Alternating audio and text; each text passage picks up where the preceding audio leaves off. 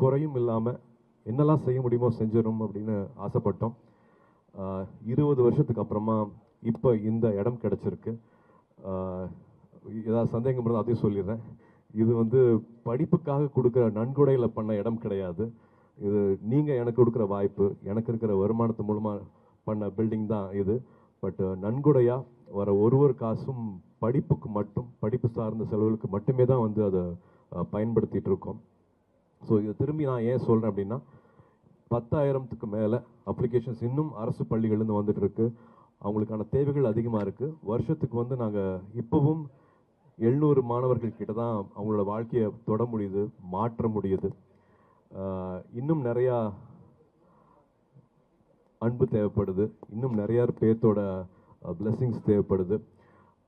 பணம் மட்டும் இல்லாமல் உங்கள் எல்லாத்தோட நேரம் தேவைப்படுது. அகரம் இவ்வளோ 20 வருஷமாக நடந்துட்டு இருக்கு அப்படின்னா அது முக்கியமான காரணம் வந்து தன்னார்வலர்கள்னால.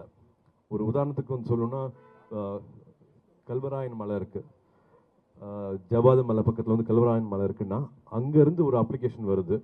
அந்த அப்ளிகேஷன் போட்ட மாணவரோட வீட்டுக்கு போய் சேர முடியல. இங்கேருந்து தன்னார்வலர்கள் போகிறாங்க, சைக்கிள் எல்லாம் போக முடியாது. அஃப்கோர்ஸ் பஸ் வசதி கிடையாது, அங்கே போகிறதுக்கு சைக்கிளில் கூட போக முடியாது, இருசக்கர வாகனம் போக முடியாது. நடந்து போய் அந்த மலை ஏறதே சிரமமாக ஒரு 9 தன்னார்வலர்கள் திரும்பி வந்துடுறாங்க, முடியலன்னு பார்க்க முடியலன்ட்டு. 10ஆவதாக மறுபடியும் ஒரு வாலண்டியர் போகிறாரு.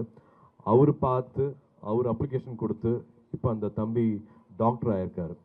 ஸோ தன்னார்வலர்களோட வேலை எவ்வளோ முக்கியம் அப்படிங்கிறத வந்து நான் இது மூலமாக சொல்லிக்கிறேன்.